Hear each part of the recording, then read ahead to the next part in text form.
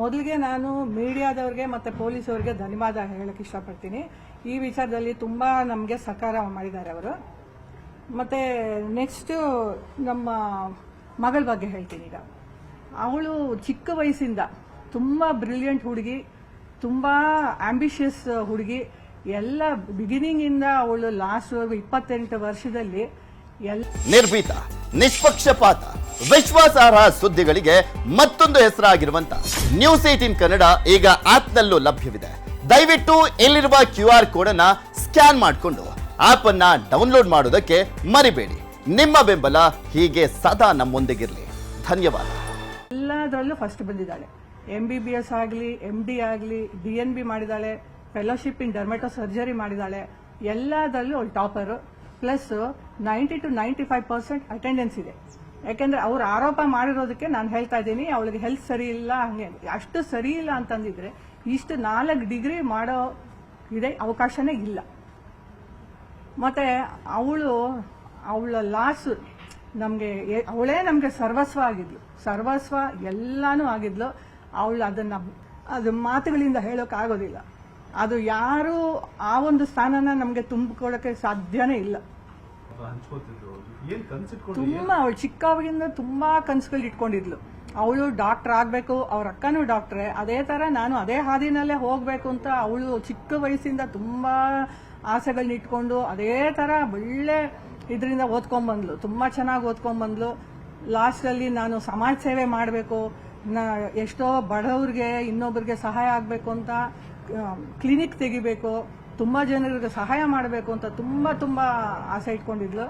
ಎಲ್ಲದಕ್ಕೂ ಇವನು 100% ಸುಳ್ಳು.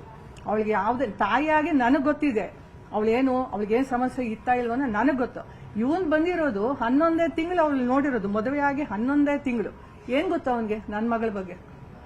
ಯಾವ ತರ ಕಾಯಿಲೆನೂ ಇಲ್ಲ ಅವಳಿಗೆ. ಅದನ್ನ ನಾನು ಕ್ಲಾರಿಫೈ ಮಾಡ್ತೀನಿ. ಎಂತ ಕಾಯಿಲೆನೂ ಇರಲಿಲ್ಲ ಅವಳಿಗೆ, ಏನೂ ಇರಲಿಲ್ಲ. ಫಸ್ಟ್ ಕ್ಲಾಸ್ ಆಗಿದ್ಲು, ಎಲ್ಲ ಕೆಲಸ ಮಾಡ್ತಿದ್ಲು. ರಾಯಚೂರಲ್ಲಿ ಕೂಡ 3 ವರ್ಷ ಅವಳು ಒಬ್ಳೇ ಇದ್ದು MD ಮುಗಿಸ್ಕೊಂಡ್ ಬಂದಿದ್ದಾಳೆ.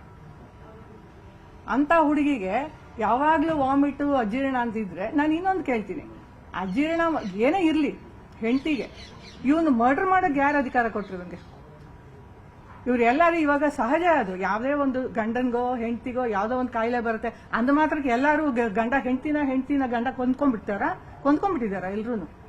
ಇಲ್ಲ ಅಲ್ವಾ? ಅದು ನೀನು ಸರಿಯಾಗಿದ್ದವನಾಗಿದ್ರೆ ಅಕಸ್ಮಾತ್ ಪ್ರಾಬ್ಲಮ್ ಇದ್ಕೊಂಡು ನೀನ್ ತೋರಿಸಬೇಕಾಗಿತ್ತು, ಅಥವಾ ನಮಗ್ ಹೇಳ್ಬೇಕಾಗಿತ್ತು. ನಿನಗೆ ಅಧಿಕಾರ ಕೊಟ್ಟವ್ರು ಯಾರು? ಪ್ರಾಣ ತೆಗಿಯಕ್ಕೆ ಅಧಿಕಾರ ಕೊಟ್ಟವ್ರು ಯಾರು? ಇವನಿಗೆ ಡೌಟ್ ಬಂದಿಲ್ಲ. ನಾನು ಅದನ್ನೇ ಹೇಳ್ತಾ ರಿಪೀಟ್ ಮಾಡ್ತೀನಿ, ಅವ್ನು ಹೆಂಗ್ ನಡ್ಕೊಂಡಿದ್ದಾನೆ ಅಂದ್ರೆ ಯಾರಿಗೂ ಡೌಟ್ ಬಂದಿಲ್ಲ, ನಮಗೂ ಬಂದಿಲ್ಲ, ಅವಳಿಗೂ ಬಂದಿಲ್ಲ. ಸೈಲೆಂಟ್ ಕಿಲ್ಲರ್ ಅವನು, ಸೈಲೆಂಟ್ ಕಿಲ್ಲರ್. ಆವಾಗ ಅನುಮಾನ ಬಂದಿದ್ದಕ್ಕೆ ಮತ್ತೆ ನಾವು ಪೋಸ್ಟ್ ಮಾರ್ಟಮ್ಗೆ ಕೊಟ್ಟಿದ್ದು.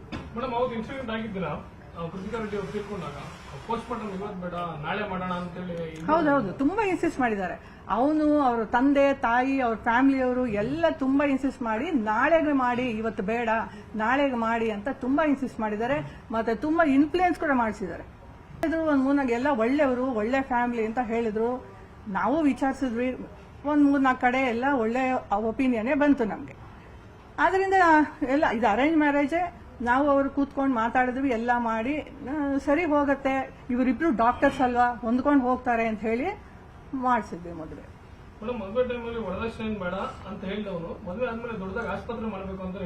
ಹೌದು ಹೌದು, ಮದುವೆ ಆಗೋವಾಗ ಏನು ಕೇಳಿಲ್ಲ.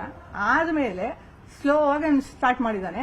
ಕ್ಲಿನಿಕ್ ಇದು ದೊಡ್ಡ ಹಾಸ್ಪಿಟ್ಲೇ ಬೇಕು ನಮ್ಗೆ, ಹಾಸ್ಪಿಟಲ್ ಸೆಟಪ್ ಬೇಕು ಅಂತ ಹೇಳಿದಾನೆ. ಸರಿ, ನಾವು ಅವಾಗ ತಾನೇ ಮದುವೆನೂ ಮಾಡಿದ್ವಿ, ಕೋಟ್ಯಾಂತರ ರೂಪಾಯಿ ಖರ್ಚು ಮಾಡಿದೀವಿ, ಮಗಳನ್ನ ಓದಿಸಿದೀವಿ. 4 ಡಿಗ್ರಿ ಮಾಡಿಸ್ಬೇಕಂದ್ರೆ ಇವಾಗ ಸುಮ್ಮನೆ ಅಲ್ಲ, ಎಲ್ಲ ಮಾಡಿಸಿದೀವಿ. ಇವಾಗ ಆಗಲ್ಲಮ್ಮ, ಅವ್ರ ತಂದೆ ಇಟ್ಕೊಂಡು ಇವಾಗ ಹಾಸ್ಪಿಟಲ್ ಮಾಡಕ್ ಆಗಲ್ಲ, ಕ್ಲಿನಿಕ್ ಮಾಡ್ಕೊಡ್ತೀವಿ ಅಂತ ನಾವು ಇರೋ ಮನೆ ಮುಂದ್ಗಡೆ ನಮ್ದೇ ಒಂದು ಬಿಲ್ಡಿಂಗ್ ಇದೆ, ಅದರಲ್ಲೇ ಒಂದು 25-30 ಲಕ್ಷ ಖರ್ಚು ಮಾಡಿ ಎಲ್ಲ ಕ್ಲಿನಿಕ್ ಕಂಪ್ಲೀಟ್ ಸೆಟಪ್ ಮಾಡಿದ್ವಿ.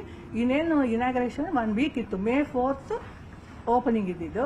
ಎಲ್ಲ ಇದು ಅರೇಂಜ್ಮೆಂಟ್ ಆಗೋಗಿತ್ತು. ಆ ಹುಡುಗಿ 24 ಗಂಟೆ ಲ್ಯಾಪ್ಟಾಪ್ ಮುಂದೆ ಕೂತ್ಕೊಂಡು ಅದನ್ನೇ ವರ್ಕ್ ಮಾಡ್ತಾ ಇದ್ಲು. ಇವನು ಒಂದು ಚೂರು ಅದರಲ್ಲಿ ಇಂಟ್ರೆಸ್ಟ್ ತೋರಿಸಿಲ್ಲ, ಕ್ಲಿನಿಕ್ ಬಗ್ಗೆ ಒಂದು ಚೂರು ಇಂಟ್ರೆಸ್ಟ್ ತೋರಿಸಿಲ್ಲ. ಅವನಿಗೂ ಸಹ ಮಾಡಿದ್ವಿ, ಇವಳಿಗೊಬ್ಬಳಿಗೆ ಅಲ್ಲ, ಅವನಿಗೂ ಒಂದು, ಯಾಕೆಂದ್ರೆ ಅವನ್ surgeon, major OT, minor OT, ಅವನಿಗೊಂದು ಕ್ಯಾಬಿನ್, ಎಲ್ಲಾನು ಮಾಡಿದ್ವಿ ಅದರಲ್ಲಿ. ಅವನು ಯಾವತ್ತೂ ಅದ್ರ ಮೇಲೆ ಇಂಟ್ರೆಸ್ಟ್ ತೋರಿಸಿದವನೇ ಅಲ್ಲ. ಈ ಹುಡುಗಿ ಒಬ್ಬಳೇ ಒದ್ದಾಡ್ತಿದ್ಲು, ಮತ್ತೆ ಅವ್ರ ತಂದೆ. ಮ್ಯಾರೇಜ್ ಸರ್ಟಿಫಿಕೇಟ್ ರಿಜಿಸ್ಟರ್ ಮಾಡ್ಸೋ ಕೂಡ ಅವನು ಮುಂದೆ ಬರಲಿಲ್ಲ. ಬೇಡ ಬೇಡ ಅಂತ ಪೋಸ್ಟ್ ಮಾಡ್ಕೊಂಡೇ ಹೋಗ್ತಿದ್ದ. ಅವನ ಇಂಟೆನ್ಷನ್ ಇದೇ ಇರಬೇಕು. ಅವನ ಇಂಟೆನ್ಷನ್ ನಮಗೆ ಗೊತ್ತಾಗಿಲ್ಲ. ಎಷ್ಟು ಕೇಳಿದ್ರು ಹೋಗಿ ಬರೋಣ ರಿಜಿಸ್ಟರ್ ಮಾಡ್ಸೋಣ ಅಂದ್ರೂ ಕೂಡ ಅದಕ್ಕೂ ಅವನು ಒಪ್ಪಿರಲಿಲ್ಲ. ಲಾಸ್ಟ್ಗೆ ಅವ್ರ ತಂದೆನೇ ಹೋಗಿ ಕರ್ಕೊಂಡು ಹೋಗಿ ಮಾಡಿಸ್ಕೊಂಡ್ಬಂದಿದ್ದ. ಹಿ ವಾಸ್ ಲೀಸ್ಟ್ ಬಾದರ್. ಯಾವ್ದ್ರ ಮೇಲೆ ಇಂಟ್ರೆಸ್ಟ್ ಇಲ್ಲ ಅವನು.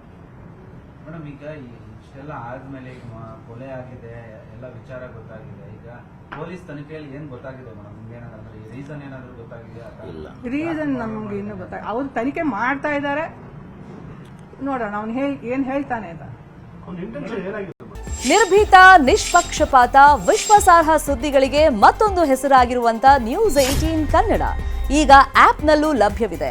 ದಯವಿಟ್ಟು ಇಲ್ಲಿರುವಂತ QR ಕೋಡ್ ಸ್ಕ್ಯಾನ್ ಮಾಡಿಕೊಂಡು ಆಪ್ ಡೌನ್ಲೋಡ್ ಮಾಡೋದಕ್ಕೆ ಮರಿಬೇಡಿ. ನಿಮ್ಮ ಬೆಂಬಲ ಹೀಗೆ ಸದಾ ನಮ್ಮೊಂದಿಗಿರಲಿ. ಧನ್ಯವಾದ.